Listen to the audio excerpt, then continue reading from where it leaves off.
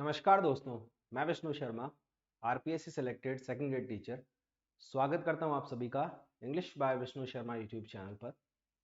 आज हम बात करने वाले हैं रीट लेवल 2, यानी ऐसे स्टूडेंट्स, ऐसे बच्चे जो तैयारी कर रहे हैं रीट की, यानी पात्रता परीक्षा की, साथ ही साथ फिर जो मेंस आपका होगा उसकी।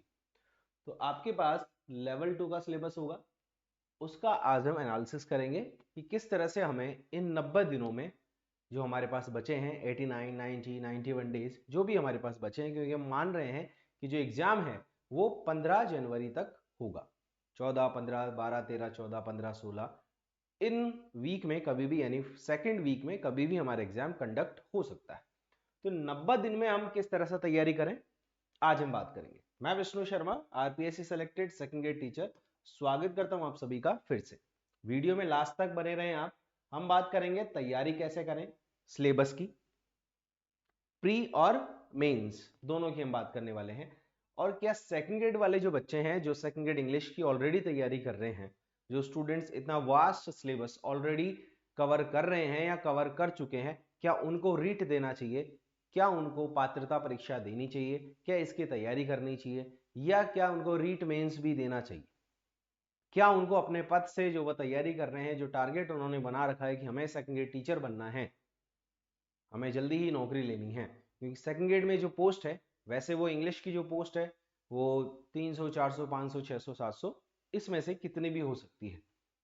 क्या इन पोस्ट में से हमें सिलेक्शन मिल सकता है, या फिर जो पोस्ट ज्यादा है, क्योंकि जब एग्जाम होगा पात्रता परीक्षा के बाद मेंस का, तब हमें पता चलेगा कितनी वैकेंसी है क्या है, लेकिन सेकंड ग्रेड से तो ज्यादा ही होगी। तो क्या हमें रीट मेंस की तैयारी करनी चाहिए अभी से? पात्रता परीक्षा हमारी क्लियर है, क्या हमें मेंस की तैयारी करनी चाहिए? हमारी पात्रता परीक्षा क्लियर नहीं है, हम तो पहली बार पात्रता परीक्षा देंगे, क्या हमें रीट मेंस की तैयारी करनी चाहिए, या हमें फर्स्ट ग्रेड और सेकंड ग्रेड में ही रहना चाहिए? इस बारे में हम बात करें। चलिए, सबसे पहले बात कर लेते हैं सिलेबस की, कि हमारा जो सिलेबस है 30 क्वेश्चन, कितने क्वेश्चन? 30 क्वेश्चन। चाहे आप लैंग्वेज 1 लें या आप लैंग्वेज 2, ये L1 L2 यहां पर वैसे मत समझना कि कक्षा 1 से 5 L1 और कक्षा 6 से 8 L2।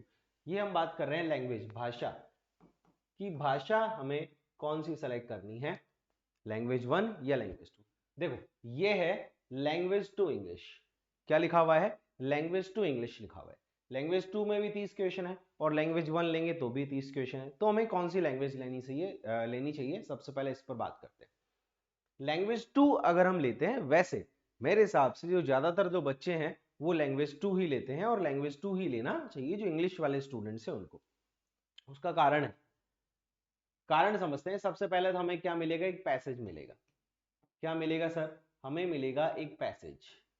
क्या मिलेगा हमें? सबसे पहले एक पैसेज मिलेगा जिसका लिखा हुआ है अनसीन प्रोज पैसेज। कौन सा पैसेज लिखा हुआ है? अनसीन प्रोज पैसेज लिखा हुआ है। अनसीन प्रोज पैसेज, जो पैसेज हमें दिया जाएगा उसमें से पैसेज वाले क्वेश्चंस नहीं पूछे जाएंगे, हमसे पूछा जाएगा लिंकिंग डिवाइसेस।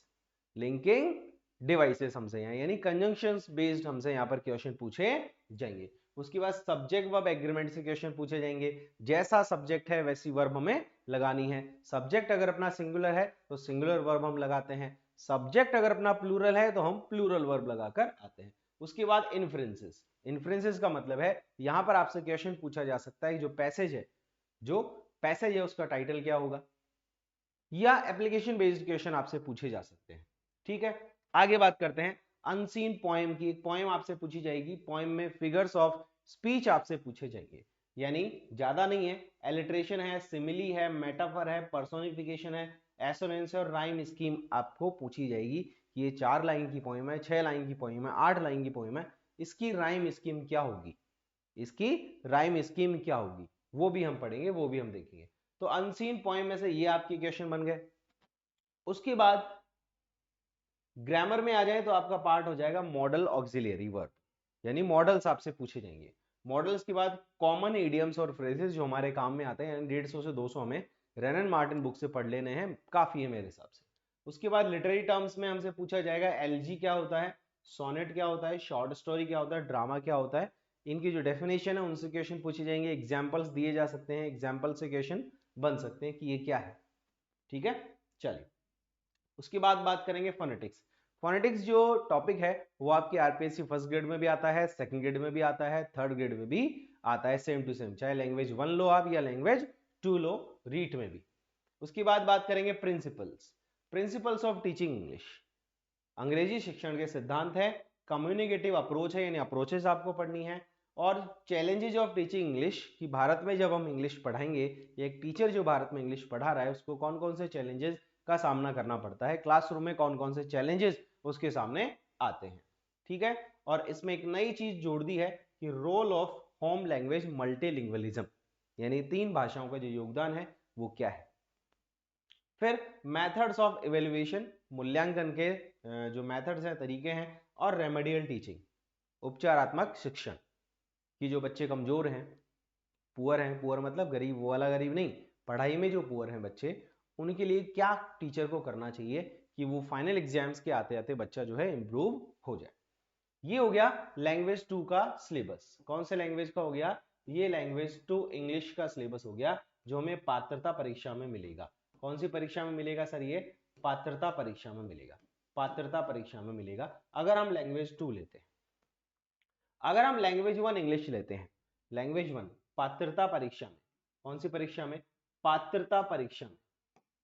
पात्रता परीक्षा में अगर हम लैंग्वेज 1 इंग्लिश को सेलेक्ट करते हैं, इंग्लिश को लैंग्वेज 1 के रूप में अगर हम सेलेक्ट करते हैं और हिंदी या संस्कृत को लैंग्वेज 2 के रूप में सिलेक्ट करते हैं, तो क्या होगा? इसमें भी हमें क्या मिलेगा? Pros passage. वहां पैसेज में से हमें क्या मिल रहा था? लिंकिंग डिवाइसेस के क्वेश्चन मिल रहे थे, सब्जेक्ट वर्ब एग्रीमेंट के क्वेश्चन मिल रहे थे। यहां पर हमें पैसेज से पूछे जाएंगे सिनोनिम्स, एंटोनिम्स, स्पेलिंग्स हमसे पूछी जाएगी। कौन सा इनमें से स्पेलिंग सही है, कौन सी इनमें से स्पेलिंग गलत है, इसका पर्यायवाची क्या होगा, इसका विलोम क्या होगा, ये चीजें हमसे पूछी जाएगी। वर्ड फॉर्मेशन, वर्ड का निर्माण हमसे करवाया जा सकता है। प्रीफिक्स और सफिक्स यहाँ पर टॉपिक आ जाता है। रूट वर्ड भी यहाँ पर टॉपिक आ जाता है। उसके बाद हमसे पूछे जाएंगे वन वर्ड सब्स्टिट्यूशन, वाक्यांश के लिए एक शब्द, कि किसी ने किसके पिता को मार दिया तो उसको क्या बोलेंगे।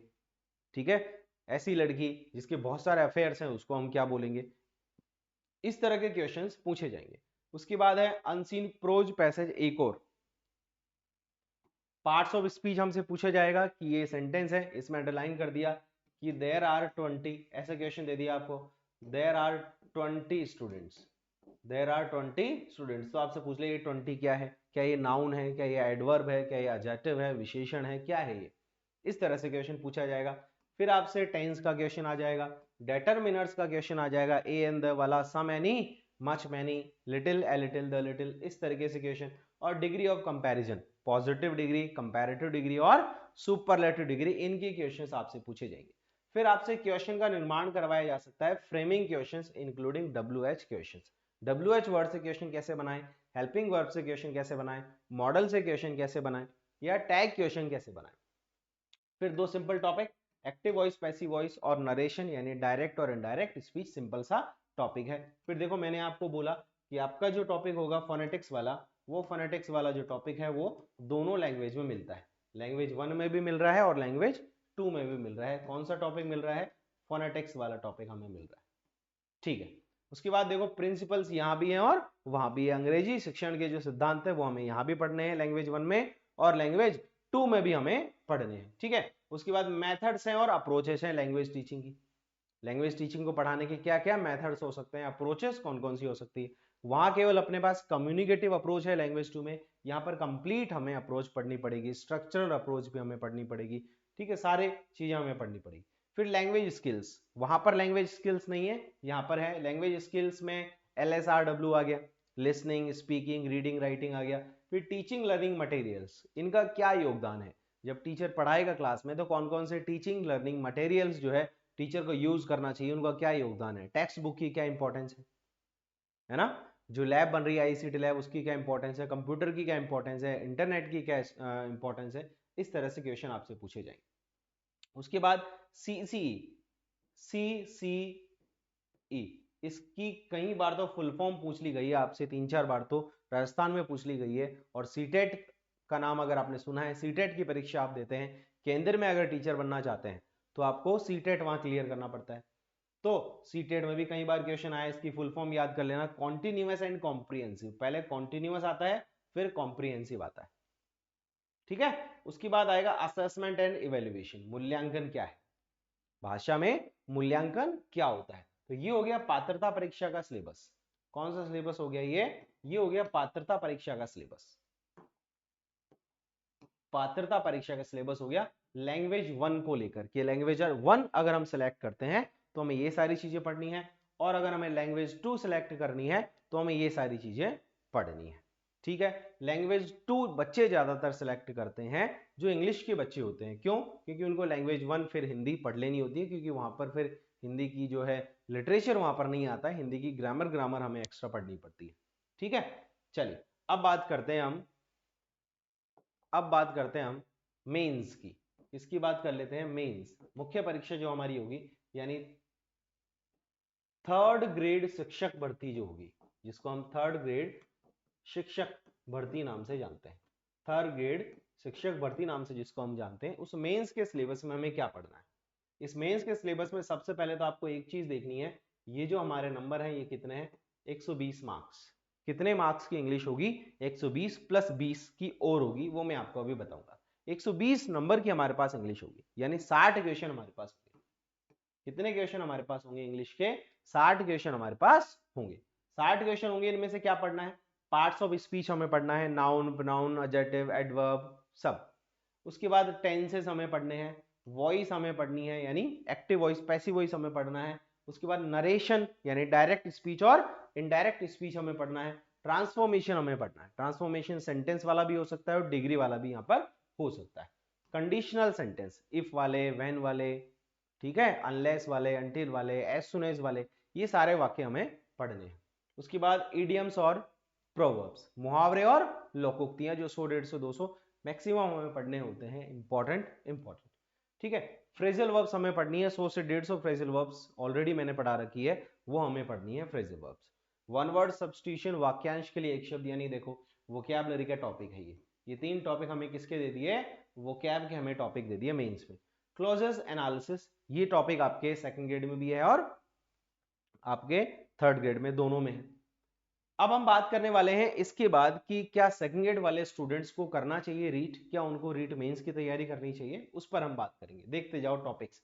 सब्जेक्ट वर्ब एग्रीमेंट भी है, सिनोनिम एंटोनिम वोकैब में वापस आके जुड़ गया, यानी चारों टॉपिक हो गए वोकैब के जो वोकैब में पढ़े जाते हैं। उसके बाद लिटरेरी टर्म्स हो गए, यहाँ पर नाम नहीं दिया गया, यानी लगभग कंप्लीट आपको पढ़ने हैं। मॉडल्स हो गए, प्रपोजिशंस हो गए, अच्छे वाले फिक्स वाले प्रपोजिशंस आपको याद करके जाने हैं। ऐसा नहीं इन यानी अंदर, ऑन यानी ऊपर याद करके चले गए, अबोव यानी और ऊपर है। अनसीन प्रोज आएगा और एक पोइट्री आएगी जिससे आपके क्वेश्चन पूछे जाएंगे। फिर देखो यहाँ पर भी आ गया फोनेटिक्स, यानी फोनेटिक्स आपका पीछा नहीं छोड़ेगा, चाहे फर्स्ट ग्रेड की तैयारी करो, चाहे थर्ड ग्रेड की तैयारी करो, या आरपीएससी सेकंड ग्रेड की आप तैयारी करो।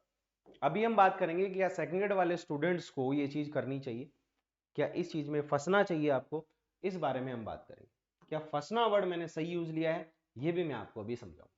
अब देखो अलग से 20 अंक यानी 10 क्वेश्चन है, 10 क्वेश्चन है जो कि रीतियों के हैं, यानी इनको हम ले लेते हैं मेथड्स के रूप में। मेथड्स हमारे पास है, देखो प्रिंसिपल्स आ गए, कम्युनिकेटिव इंग्लिश टीचिंग आ गए यानी सीएलटी जिसको हम बोलते हैं, मेथड्स ऑफ टीचिंग इंग्लिश यानी पूरे मेथड्स आ गए, और होम लैंग्वेज का क्या योगदान है, डिफिकल्टीज क्या आती है लर्निंग इंग्लिश में, और इवेल्युएशन मूल्यांकन के सिद्धांत, और रेमेडियल टीचिंग। यानी हम कह सकते हैं कि सर प्री का जो सिलेबस है बराबर मेंस है, बस थोड़ा सा अंतर है, यानी ग्रामर कंप्लीट है, ग्रामर हमारे पास कंप्लीट दे दी है, कंप्लीट ग्रामर हमें पढ़नी है, कंप्लीट ग्रामर हमें पढ़नी है। और मेथड्स तो हम जब रीट प्री में पढ़ रही हैं, पात्रता परीक्षा में जब हम मेथड्स, प्रिंसिपल सारी चीजें पढ़ रहे हैं, फोनेटिक्स पढ़ रहे हैं, तो ये हमें वहां भी रिवाइज ही करने को, नई चीज नहीं पढ़नी है। लेकिन ग्रामर में हमें काफी सारी चीजें एक्स्ट्रा पढ़नी है, बेसिक हमारा थोड़ा अच्छा हमें करना है। अब हम बात कर लेते हैं कि सेकंड ग्रेड वाले जो स्टूडेंट्स हैं वो क्या करें। सेकंड ग्रेड वाले जो स्टूडेंट्स हैं वो क्या करें, क्या सेकंड ग्रेड वाले स्टूडेंट्स को करनी चाहिए तैयारी? तो मैं एक शब्द में बोलूंगा हाँ, एक शब्द में बोलूंगा हाँ, करनी चाहिए। क्यों करनी चाहिए? क्योंकि complete complete grammar, complete grammar हमें पढ़नी पड़ रही है रीट मेंस के लिए, और सेकंड ग्रेड में भी हम कंप्लीट ग्रामर पढ़ रहे हैं, एमएचएम पढ़ रहे हैं, SVOCA पढ़ रहे हैं, स्पोका यानी क्लोज एनालिसिस हम पढ़ रहे हैं, कंडीशनल सेंटेंस हम पढ़ रहे हैं, टेंस हम पढ़ रहे हैं, ट्रांसफॉर्मेशन हम पढ़ रहे हैं, पार्ट्स ऑफ स्पीच हम पढ़ रहे हैं, सब्जेक्ट वर्ब एग्रीमेंट हम पढ़ रहे हैं, टेंस हम पढ़ रहे हैं, प्रेपोजिशन हम पढ़ रहे हैं, मॉडल्स हम पढ़ रहे हैं, डिटर्मिनर्स हम पढ़ रहे हैं, लगभग सभी चीजों को हम पढ़ रहे हैं सेकंड ग्रेड इंग्लिश के लिए। और यही हमें रीट मेंस में भी पढ़ना है, तो ग्रामर सेम मिल गई। फिर हमें सेकंड ग्रेड के लिए प्रिंसिपल्स भी पढ़ने हैं, सेकंड ग्रेड के लिए प्रिंसिपल्स भी हमें पढ़ने हैं, और सेकंड ग्रेड के लिए मेथड्स भी हमें पढ़ने हैं, ये भी चीजें सेम मिल गई। फोनेटिक्स भी हमें पढ़ना पड़ रहा है, फोनेटिक्स भी हमें पढ़ना पड़ रहा है रीट में, और थर्ड ग्रेड रीट में और सेकंड ग्रेड में दोनों में फोनेटिक्स भी पढ़ना पड़ रहा है। फिगर्स ऑफ स्पीच भी हमें पढ़ने पड़ रहे हैं, लिटरेरी टर्म्स भी हमें पढ़ने पड़ रहे हैं। अंतर क्या रहा, केवल लिटरेचर का अंतर रहा। सेकंड ग्रेड में अलग से हमें क्या पढ़ना पड़ रहा है, सेकंड ग्रेड में अलग से हमें क्या पढ़ने पड़ रहे हैं, एक तो राइटर्स हमें पढ़ने, और हमें हिस्ट्री पढ़नी, हिस्ट्री ऑफ इंग्लिश पढ़नी, जिसमें मूवमेंट्स आ गए, है ना, इंपॉर्टेंट एराज आ गए, इंपॉर्टेंट इंग्लिश के जो राइटर्स आ गए, ज्यादा सन 1600 से लेकर अपने मॉडर्न इंग्लिश तक, ये सारे राइटर्स आ गए जो इंपॉर्टेंट है, केवल इंडियन वाले नहीं, बाहर वाले भी। ये दो टॉपिक, यानी दो चीजें हमें एक्स्ट्रा पढ़नी है, जो कि लास्ट मेरे हिसाब से ज्यादा 15 दिन का सिलेबस है, मैक्स टू मैक्स कितने दिन का सिलेबस है, 15 दिन एक्स्ट्रा आपको देने, केवल 15 दिन एक्स्ट्रा आपको देने हैं, तो आपके पास 2 नौकरी लगने के चांस है।